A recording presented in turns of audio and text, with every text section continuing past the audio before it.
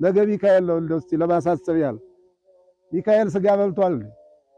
በስጋ የምትዘክሩት አትጃጃሉ፣ ገንዘባችሁን አታጥፉ። በተአምር በእውነት በጾም ቀን አርዳችሁ ብታበሉ ሰዎች ያው ሲኦል ይጠብቃችኋል። ምንም አትጠራጠሩ። እዚህ ቁልቢም አይቻለሁኝ ከአዲስ አበባ ድረስ ተጉዘው ሄደው በታኅሳስ ጾም እንደው በሬ አርደው የሚዘክሩ ሰዎች አሉ። በጾም በሬ አርደው እዚህ አዲስ አበባም አላችሁ። በጾም ቀን በሬ አርዳችሁ ብትዘክሩት ማን ነው ይቀበላችሁ? እውነት ትጸድቃላችሁ ወይስ ብራችሁን ታጠፋላችሁ? በእውነት ይሄን የሚያስተምራችሁ ካህን ካለ እሱ ክርስቲያን አይደለም። ሐዋርያው ቅዱስ ጳውሎስ ሲናገር ለገላትያ ክርስቲያኖች የሥጋ ሥራ የተገለጠ ነው አለ። እርሱም ዝሙት አለ። አሁን ሴትና ሴት ወንድና ወንድ የሚጋባበት ዓለም ሆኗል። ይኸው ዝሙት፣ ርኩሰት፣ ረክሰናል፣ መዳራት፣ ጣዖት ማምለክ፣ ሟርት፣ ጥል፣ ክርክር፣ ቅናት፣ አድመኝነት፣ መለያየት፣ መናፍቅነት፣ ስካር፣ ዘፋኝነት እነዚህንም የሚያደርጉ ሰዎች ሁሉ በሙሉ አስቀድሜ እንደነገርኳችሁ የእግዚአብሔርን መንግሥት አያዩም ብሏል። አንዳንድ ሰዎች በቀደም ገጥሞኛል። አባ ተሳስቼ ጾሙ መግባቱን ሳላውቅ በላው፣ ስለዚህ እንግዲህ ከርሞ ጾማለሁኝ አሁን ይቅርብኝ የሚሉ አሉ።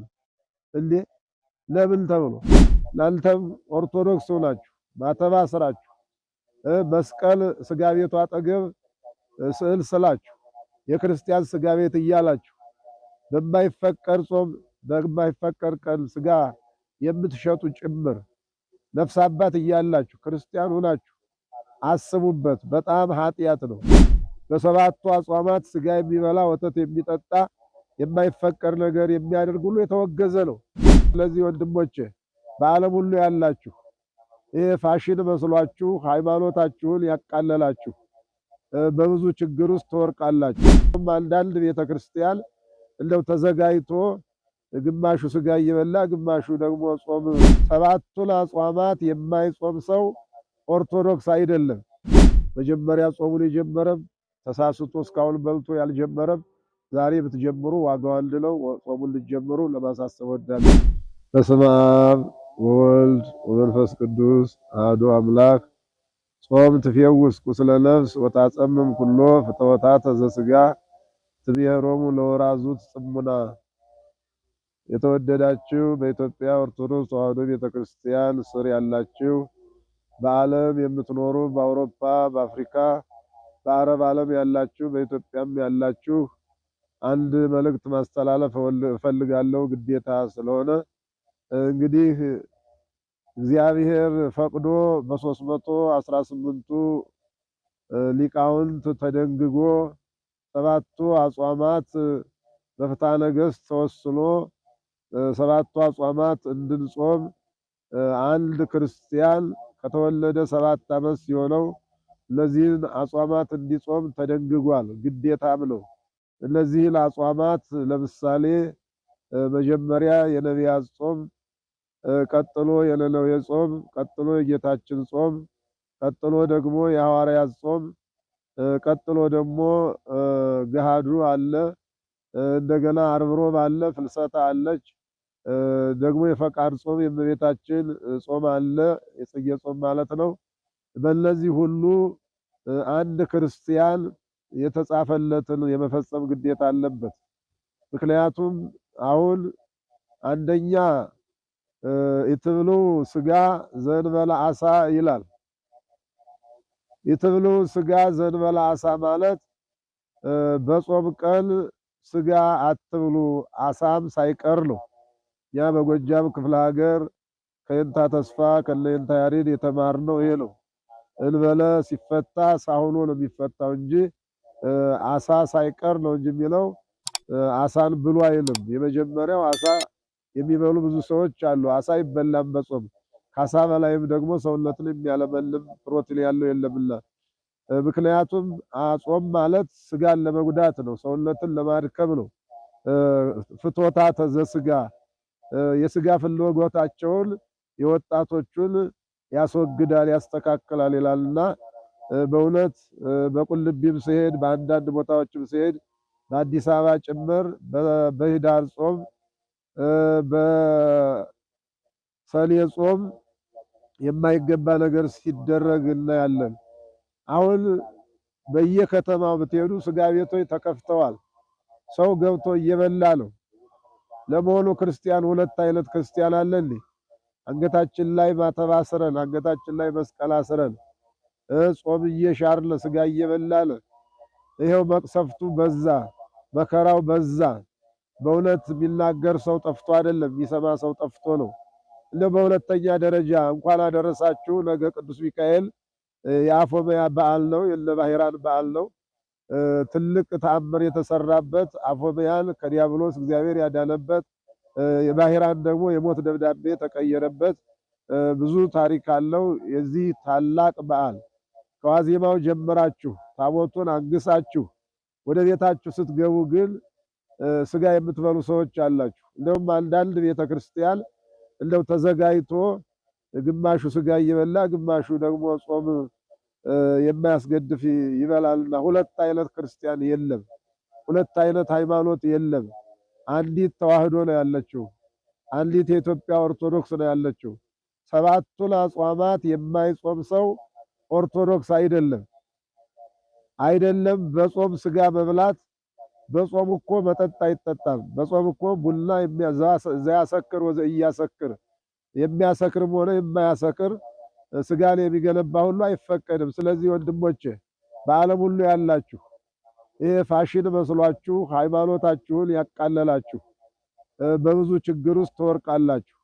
እግዚአብሔር በአባቶች አድሮ በ318 ሊቃነ ጳጳሳት በበቁት በነቁት በደመና በሚጫኑት ሃይማኖትን በደነገጉት አሪዮስን፣ ሰባልዮስን ሌሎችንም አውግዘው ለይተው እችን ጸሎተ ሃይማኖት አምን በአሐዱ አምላክ ብለው ጸሎተ ሃይማኖትን ደርሰው የደነገጉ ፍትሐ ነገሥቱን የጻፉ ያጻፉ የወሰኑ ሌሎችን መጻሕፍቶች ያጻፉ አባቶች አውግዘዋል። ውጉዝ ነው።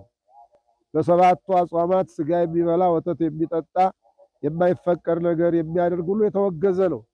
የእመቤታችን ታምር እንደ እሑድ ሰንበት አድርጎ የማያከብረውን ታምር ቤተክርስቲያኑ የማይሰማውን አውግዘናል እንዳሉት እነዚህ ሰዎች አውግዘዋል። አሁንም ቢሆን እኛ ይሄ የውግዘት ቃል ነው። እባካችሁ ኦርቶዶክሳውያን ኢትዮጵያ ሀገራችን በልዩ ልዩ መከራ ውስጥ የወደቀችው በሌላ አይደለም። አንዱ ጾም በመሻር ነው። ሁለተኛው በዓላትን በመሻር ሰንበታትን በመሻር ነው።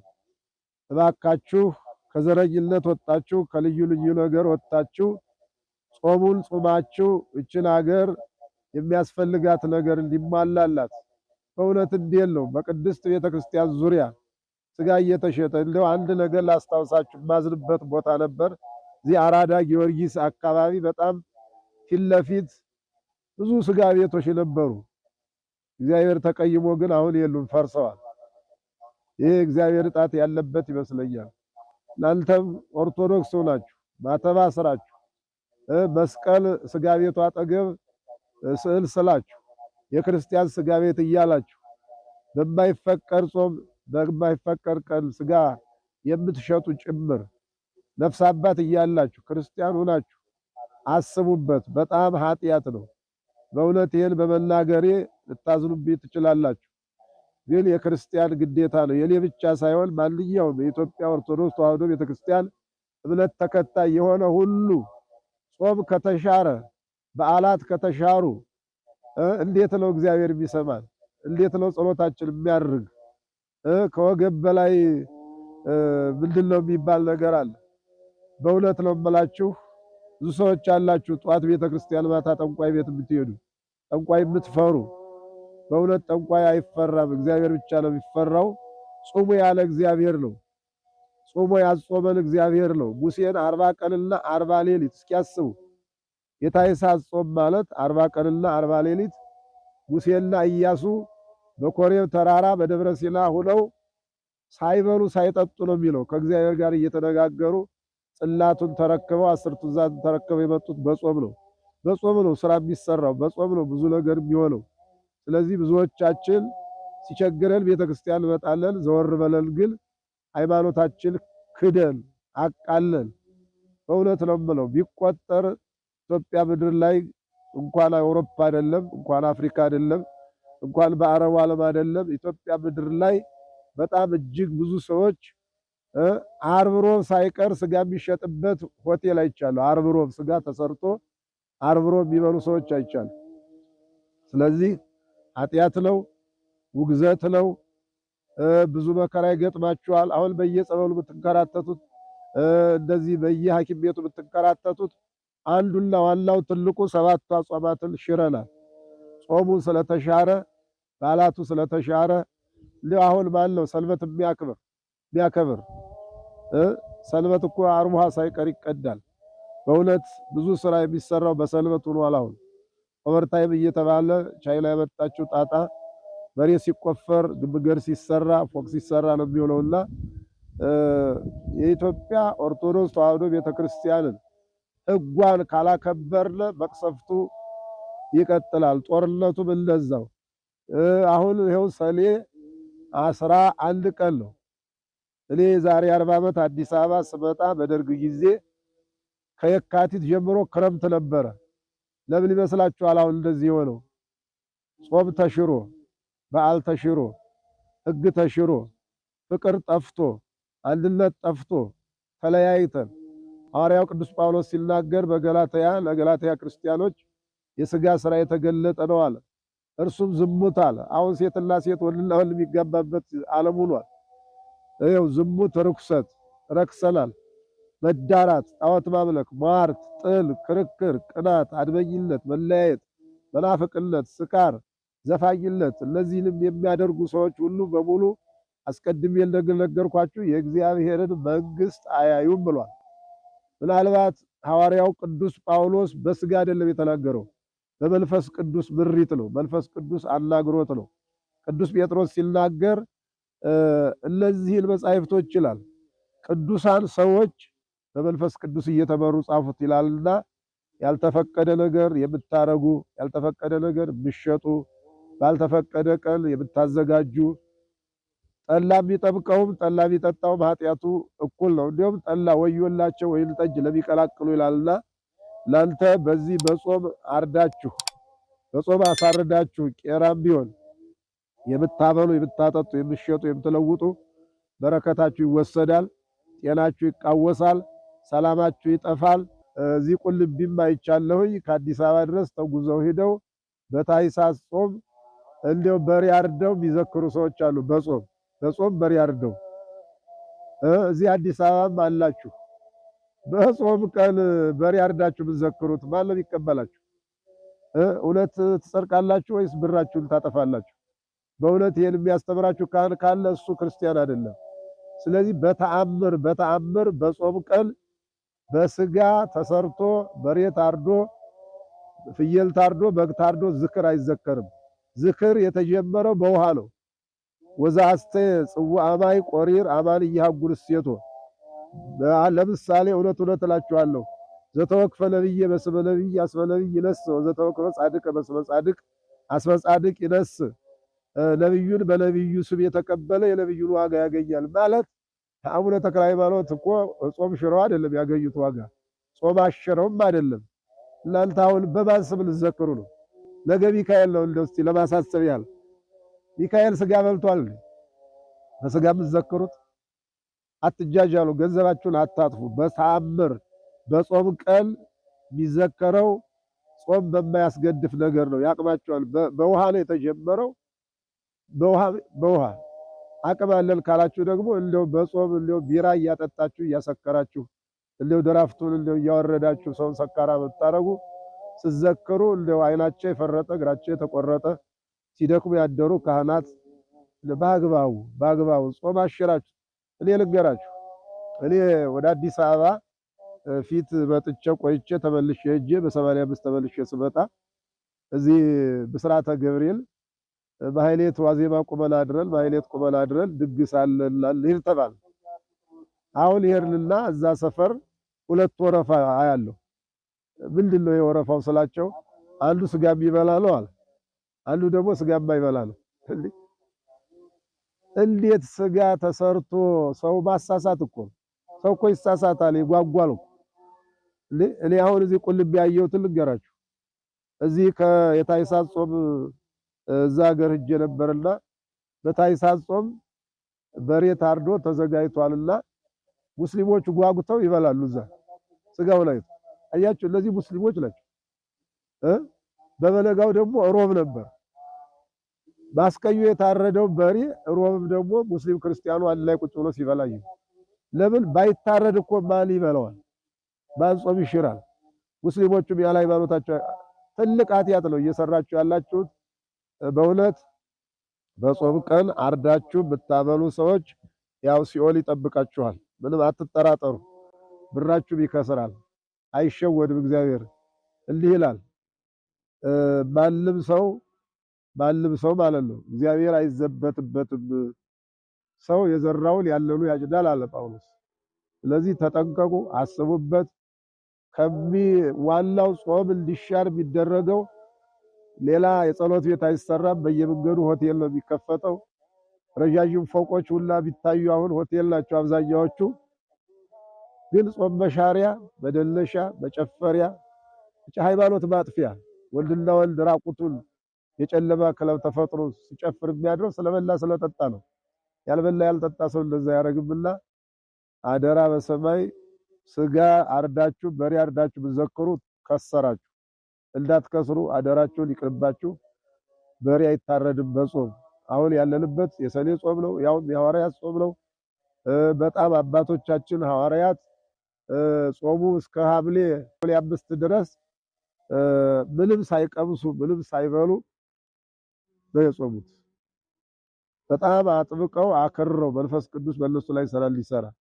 ስለዚህ አደራ ላለሁኝ አንዳንድ ሰዎች በቀደም ገጥሞኛል። አባ ተሳስቼ ጾሙ መግባቱን ሳላውቅ በላው፣ ስለዚህ እንግዲህ ከርሞ ጾም አለሁኝ አሁን ይቅርብኝ የሚሉ አሉ።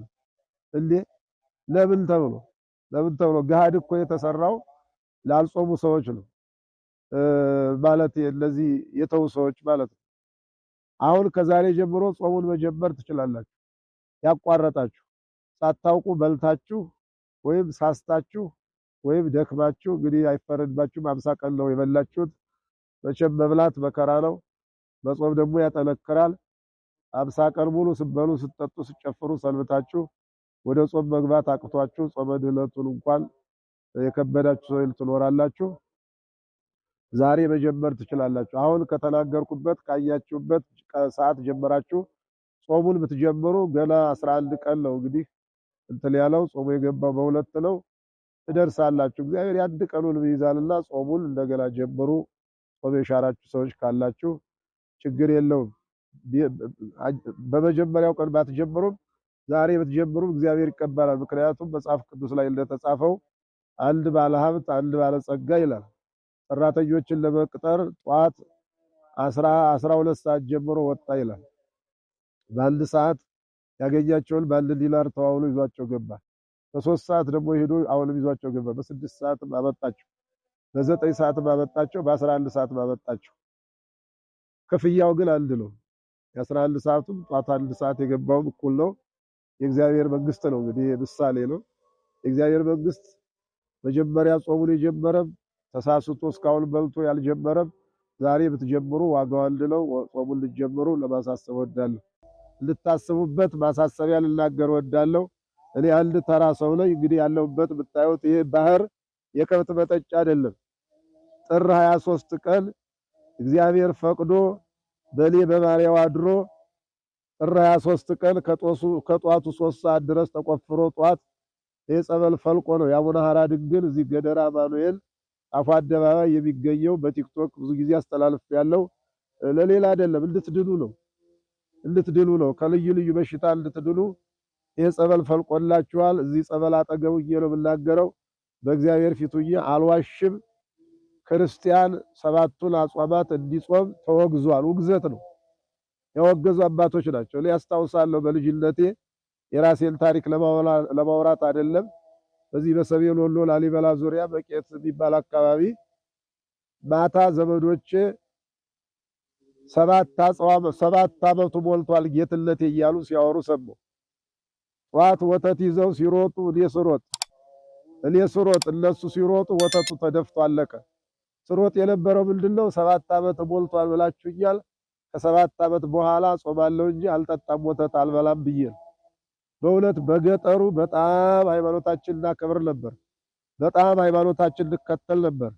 ወደ ከተማ ስንመጣ ግን ምንድነው ችግሩ? ቅዱስ ጳውሎስ ሲናገር ጌታችን መድኃኒታችን ኢየሱስ ክርስቶስ እንደተሰቀለ ሆኖ በፊታችሁ ተስሎ ነበረ። ለእውነት እንዳትታዘዙ ማን አዚም አደረገባችሁ?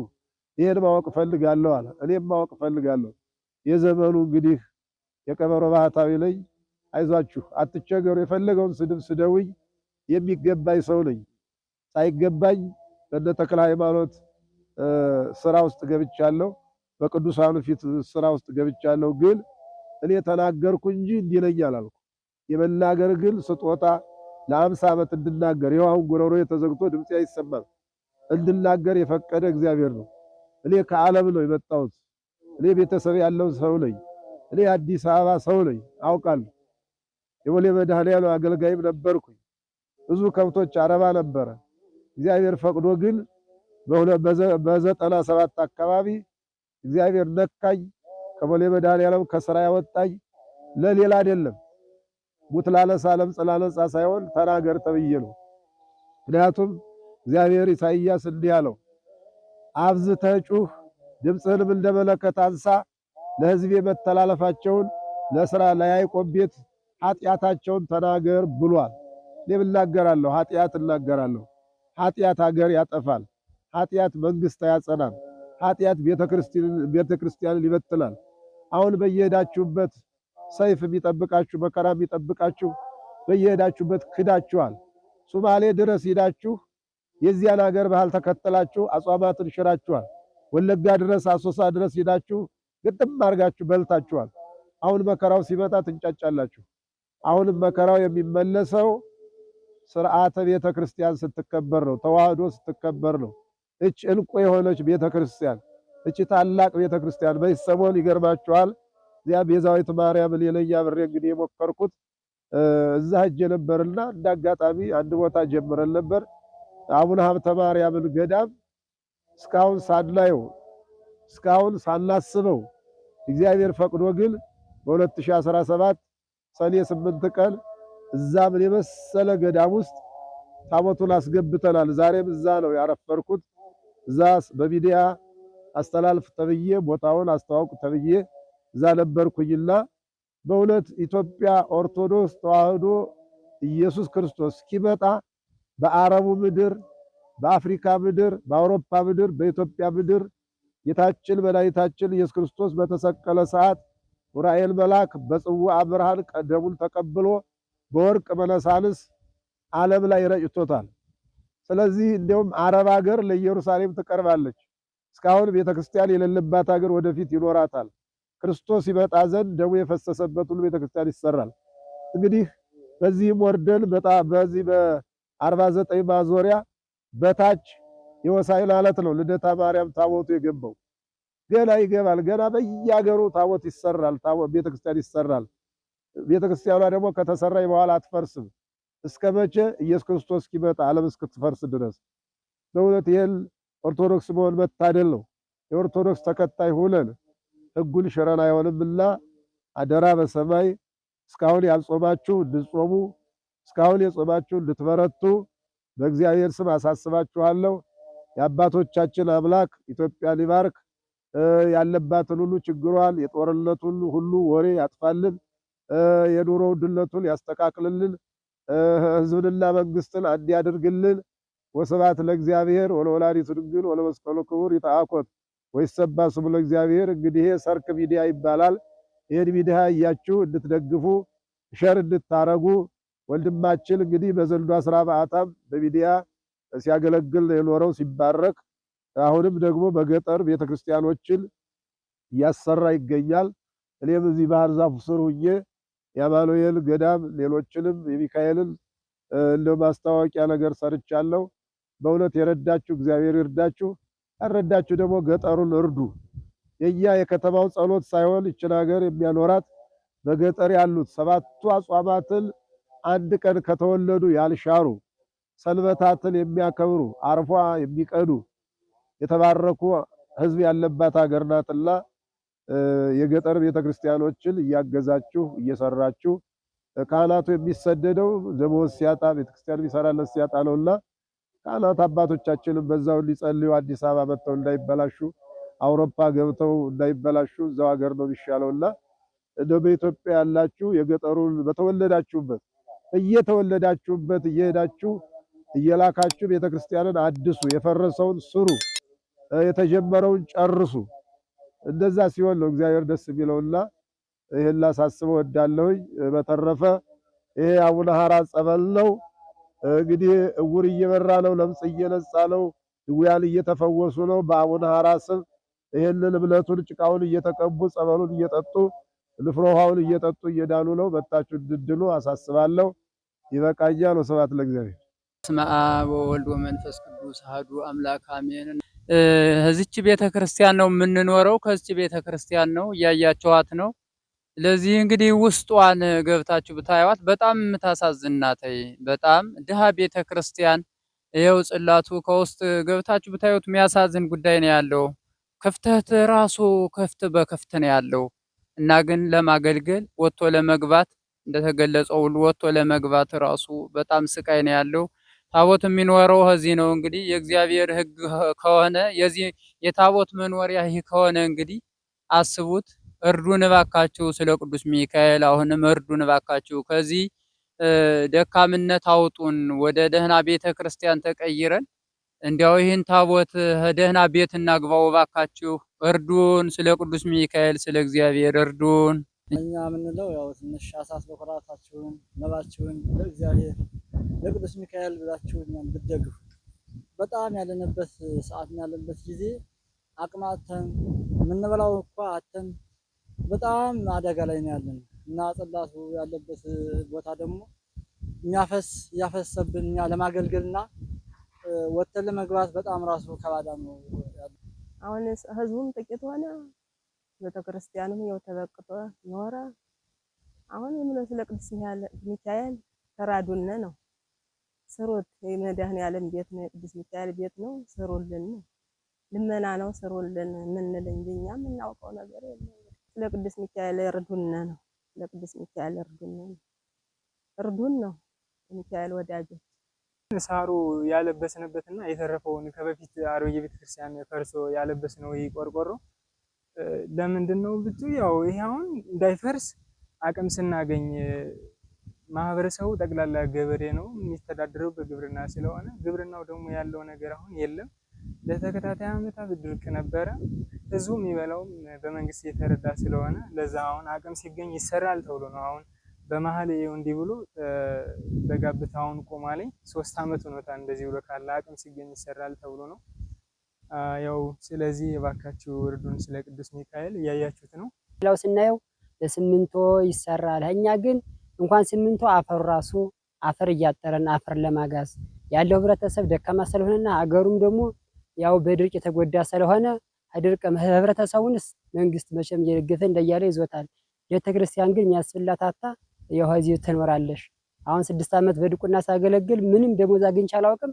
ከዛም ደሞዝ ቀርቶ ደግሞ ዋዛው አልተሟላ ሁለመናው የጎደለባት በቅዳሴም በጸሎተ ዕጣንም ያው እየተራዳዳን ያለነው ካህናትም ህብረተሰቡም ያሉት እስኪ ይህ ዓለም አላፊ ነው፣ ይህ ዓለም ከንቱ ነው እና የሰማይ መንገዳችሁን በእግዚአብሔር ታገኛላችሁ ተቋቋሙ እያሉ እኛም ካህናትን ተቋቁመን እዛው 5-6 ሆነን አለነ።